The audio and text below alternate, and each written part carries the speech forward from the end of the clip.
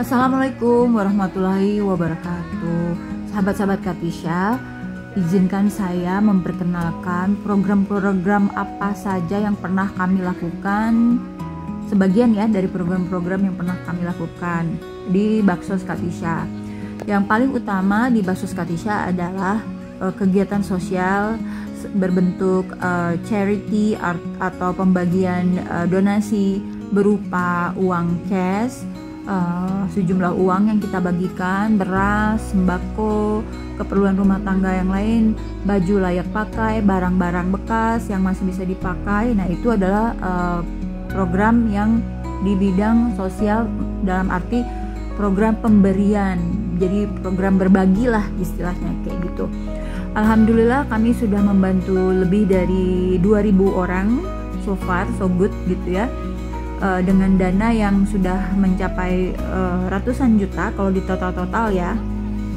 Alhamdulillah itu semua sumber dananya dari teman-teman sendiri, dari teman-teman pribadi saya. Jadi bukan dari lembaga manapun, tapi saya dan sahabat-sahabat saya bahu-membahu mengumpulkan donasi dari kantong pribadi. Jadi ini sumber dananya adalah sumber pribadi. Nah, kita belusukan ke daerah-daerah, ke desa-desa, ngebantu orang-orang yang memang satu sudah terpilih, sudah terseleksi memenuhi kriteria baksos kami, yaitu dengan kriteria berlapis. Yang nomor satu adalah orang yang tidak mampu. Yang kemudian kita bantu juga adalah orang-orang yang lapisan kedua, misalnya penyandang disabilitas, single parents ya, janda misalnya, atau anak yatim piatu gitu. Yang seperti itu. Jadi penerima kami ada yang banyak banget yang janda, yang nenek-nenek, yang lansia, dan juga orang-orang disabilitas yang mengalami misalnya tidak bisa berjalan, lumpuh, buta, dan lain sebagainya. Jadi di sini bisa dilihat ini adalah program kita di sebuah desa di pinggiran Sungai Citarum. Di sini banyak sekali orang yang kami bantu, sampai 100 lebih. Sekali berbagi itu bisa berapa puluh karung beras yang kami bagikan. Nah, ibu ini sebenarnya tidak terlihat buta, tapi sebenarnya beliau buta gitu loh. Jadi kasihan banget ini ya. Jadi banyak sekali kasus-kasus yang kami temuin di lapangan. Misalnya ada yang sakit ginjal, yang jantungnya bocor, yang buta, terus didiamkan sendirian di kamar gitu karena nggak ada yang ngurusnya. Janda-janda banyak, yang anak-anak yatimnya juga banyak, udah gitu nggak bisa untuk kebutuhan sendiri aja udah susah kayak gitu ya guys. Pokoknya sangat membutuhkan. Banyak juga cerita anak nenek, jadi nenek yang sudah tua, sudah renta itu harus ketiban pulung mengurusin cucunya yang anaknya ini ditinggalin sama orang tuanya, dan itu kondisinya juga miskin gitu ya, jadi kasihan banget. Nah, ibu ini coba kalian lihat, itu datang ke acara kami pas saat hujan, pulangnya itu ditutupin seperti itu. Beliau ini tidak bisa melihat. Nah, ini diantar sama tetangganya gitu. Jadi saling bahu-membahu lah. Penerima-penerima yang tidak bisa datang itu ada tetangganya yang ngambilin gitu jatahnya dia karena dia tidak bisa jalan atau apa dan sebagainya. Ini kita bagi-bagi ikan supaya ada gizinya gitu ya, perbaikan gizi masyarakat lah. Jadi kita bagi berapa puluh kilo, itu satu baskom besar itu ya. Nah, itu sebesar itu kita bagi-bagiin, ditambah juga dengan segala macam keperluan seperti misalnya sabun cuci, sabun mandi, odol. Bahkan kita pernah bagi sikat gigi berapa kali. Kita ngebagiin gula, terigu, mentega, minyak goreng, pokoknya sembako kayak gitu sering banget. Nah, ini yang banyak orang nggak tahu bahwa Baksos Katisha juga concern sama pendidikan. Jadi Katisha itu mengembangkan karakter building games, dan di sini acaranya ketika saya diundang sebagai pelatih untuk anak-anak di sebuah bimbel mandiri di area Soekarno Hatta. Tuh, banyak pesertanya itu anak-anak yang lagi bimbel, memberi motivasi untuk mereka yang lagi mau bertempur untuk ujian nasional. Nah, seperti itu. Jadi Katisha itu nggak cuma program pemberian, tapi juga pendidikan. Kita pernah bikin kelas gratis bahasa Inggris berapa kali. Nah, di luar itu kita juga bergerak. Jadi selain kita di sosial, kita juga di pendidikan, juga di kesehatan. Jadi ada acara kita pernah di Pengalengan itu ngebawa saudara saya dokter gigi Pima yang lagi ngambil S2 radiologi di kedokteran gigi Unpad, itu saya ajak, dan di situ dia membantu kita untuk menerangkan bagaimana misalnya cara menggosok gigi kepada anak-anak di Pengalengan. Fakta yang mengejutkan ketika kita bikin bakso itu adalah ternyata anak-anak ini tidak punya sikat gigi, guys. Jadi mereka yang mulutnya masih kecil itu tidak memiliki sikat gigi, masing-masing nggak punya sikat gigi. Jadi ketika kami tahu bahwa ternyata sikat gigi yang mereka pakai adalah sikat gigi dari barengan sama orang tuanya, which is itu nggak boleh kan. Jadi setiap orang harus memiliki sikat giginya masing-masing. Nah itu semacam edukasi lah. Atau kita juga ngajarin misalnya tentang akhlak, tentang motivasi yang seperti itu. Banyak sih programnya ya. Kemudian selain itu kita juga area, sekarang kita ngomongin area kunjungan Bakso Katisha. Sebenarnya Bakso Katisha itu bisa berkunjung kemana aja. Dulu awal-awalnya aku bikinnya tuh bukanya tuh di panti-panti asuhan, tapi akhirnya aku bikin sendiri belusukan ke kampung-kampung. Nah ini misalnya ada temen yang punya kampungnya di situ banyak orang susahnya, nah mereka bisa ngajuin diri ke saya gitu. Jadi saya nanti akan survei dulu, saya akan ajarin dulu bagaimana menyeleksinya. Akhirnya terkumpullah seperti ini nih. Ini sebenarnya Mas Yanto ini tukang jahit aku.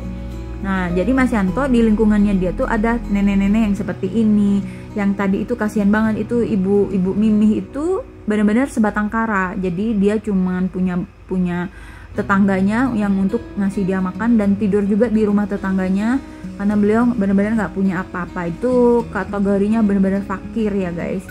Nah ini misalnya contoh seperti ini. Jadi kita ke tempat orang-orang yang diajukan, kita datangin langsung, guys. Kita langsung datangin, kita kasih bantuan. Nah acara Bakso Katisha itu ada yang mantep banget nih.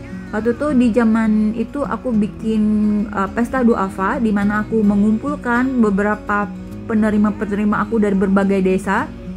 Aku sewain mobil, jemput antar mereka karena mereka kan nenek-nenek ya. Jadi kita bikin acara di satu ruko teman aku. Nah ini adalah utusan-utusan dari desa-desa itu. Saat aku lagi tidak bisa ke sana, mereka datang buat ngambil bantuan kita dan juga uang. Dan ini adalah baju-baju bekas, baju-baju layak pakai yang kita salurkan melalui koordinator orang lokal. Jadi ini orang-orang lokal yang memang tinggal di desa tersebut. Nah jadi mereka bawa sampai sebesar-besar ini ya, guys. Dan ini berbagai desa.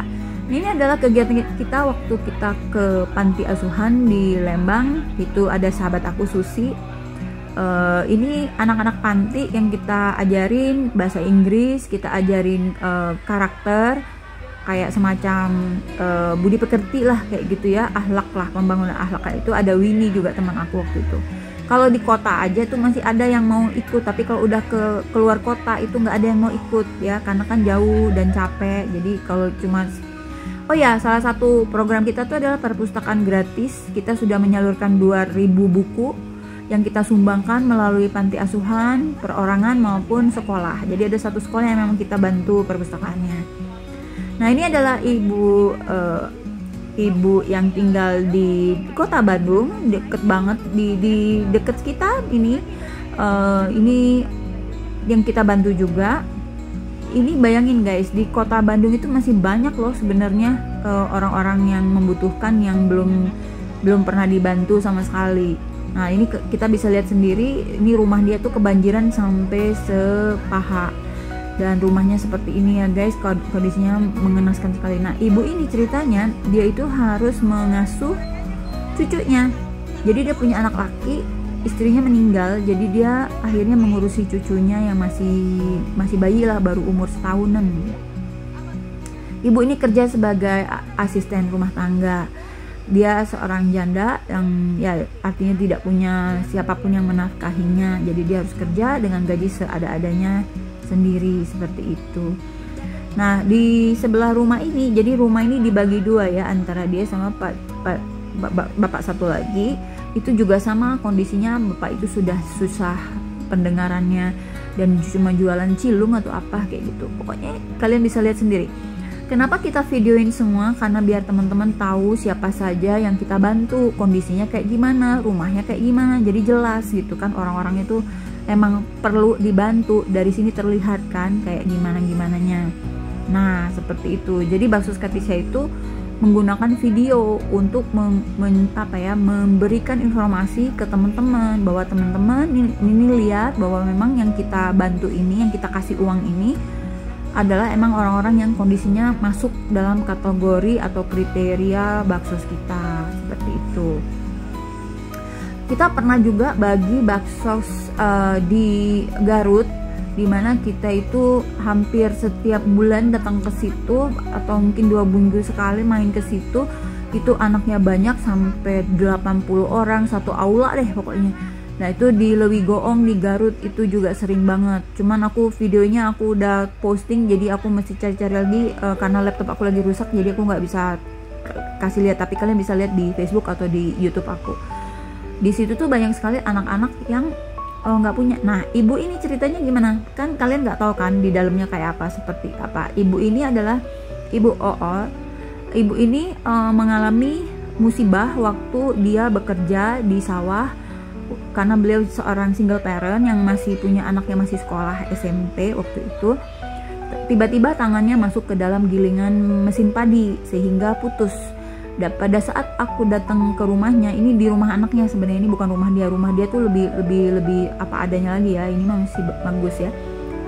Itu bener-bener sedih banget, itu sampai nangis sesegukan, serombongan yang nganterin nangis, akunya nangis karena aku kaget, shock gitu ya, belum pernah aku ngeliat orang yang tangannya putus gitu. Jadi itu serem banget sih waktu itu, serem, sedih karena beliau kan seorang janda, terus anaknya masih butuh sekolah. Akhirnya guys, kita nggak cuma nolongin ibunya, tapi kita juga nolongin anaknya. Jadi anaknya itu dimasukkan juga sebagai penerima kita, dan akhirnya anaknya ibu ini, menantunya itu akhirnya jadi salah satu koordinator lokal kita yang sering banget ngambilin barang-barang untuk kita bagiin ke sana pada saat aku nggak bisa ke desa itu. Nah, kita sebenarnya bisa baksos tuh di mana aja. Cuma kan seperti yang kalian lihat, aku sering ke pasar. Di pasar juga banyak orang yang bisa dibantu, jadi aku bantu juga yang di pasar. Seperti itu. Dan di kita itu karena laporan semua kan berdasarkan video ya guys.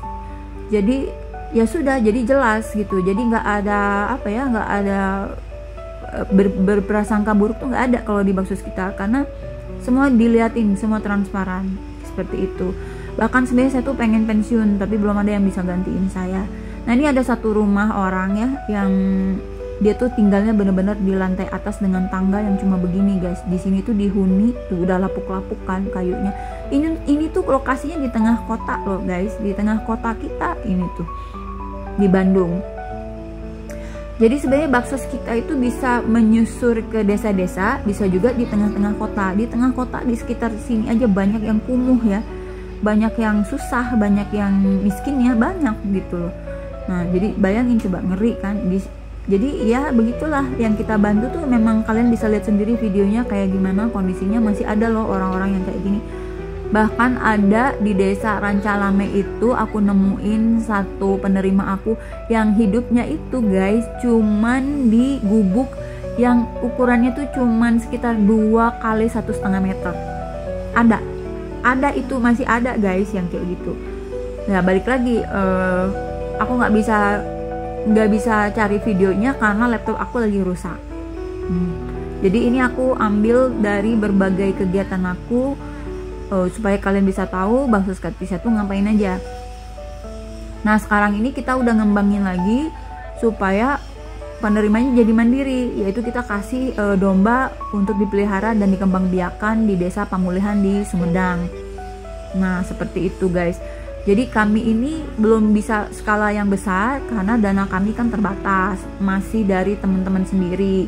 Tapi walaupun terbatas seperti itu, ketika kita kumpulin ternyata bisa konsisten berbaksos dan membantu puluhan orang di satu lokasi. Jadi setiap satu lokasi puluhan orang, satu lokasi puluhan orang, dan itu satu lokasi bisa sampai berapa kali. Contoh misalnya desa Pamulihan aja bisa 3 kali. Rancalame itu 1 tahun kami bantu, 1,5 tahun. Jadi ada nenek-nenek yang kita bantu santunin sampai 2 tahun. Setiap bulan dapat itu, setiap bulan dapat selama 2 tahun. Kalau sekarang kita sudah pengen meluaskan daerah Baksos kita supaya bisa menyentuh juga area-area lain yang belum pernah dikunjungin. Jadi kita mau banget tuh kolaborasi. Kalau misalnya kalian masih ada di Jawa Barat, misalnya Bu saya mau ke sini boleh hubungin saya. Tapi tergantung nanti waktu dan waktunya saya bisanya kapan, dan itu harus disurvei dulu orang-orangnya. Nah, yang menantang di Baksos Katisha itu adalah penyeleksian penerima. Jadi kadang-kadang koordinator lokal itu karena dia belum berpengalaman, jadi kita harus ajarin dulu bahwa kriteria kita tuh yang seperti ini supaya nggak salah pilih gitu. Nah, dan lagian setiap penerima itu biasanya kita kunjungin rumahnya sebisa mungkin gitu. Walaupun jauh-jauh juga diusahakan untuk datang melihat rumahnya seperti ini. Jadi kita tahu, oh emang bener nih, ini masuk kriterianya. Jadi nggak bisa sembarangan juga guys, nggak bisa asal-asal masukin keluarganya semua. Ya nggak bisa, harus sesuai kriteria kita. Nah ini adalah anak pinter yang kita bantu. Dia anak yatim lah jatuhnya. Dan ibunya itu ya penghasilannya tidak tetap, jadi kita bantu ini dulu. Ini beberapa kali dapat bantuan dari kita ya, bukan sekali 2 kali ya, udah lumayan lama juga gitu kita bantu ini. Jadi banyak banget kasus anak-anak yang marginal di daerah Baksos Katisha itu. Salah satunya itu adalah anak yang akibat perceraian dari orang tuanya, atau orang tuanya tidak bertanggung jawab. Bayangin ya, ada beberapa anak yang orang tuanya tuh kabur ninggalin anaknya begitu aja, sehingga anak ini akhirnya hanya bisa dirawat oleh neneknya yang sudah tua renta, yang juga nggak punya uang. Contoh kasus di Sumedang itu di Sumedang ada, di Garut ada, hampir di semua daerah Baksos itu ada semua kasus-kasus anak yang ditinggalkan oleh orang tua dan dipelihara oleh nenek. Aku sebutnya kasus anak nenek.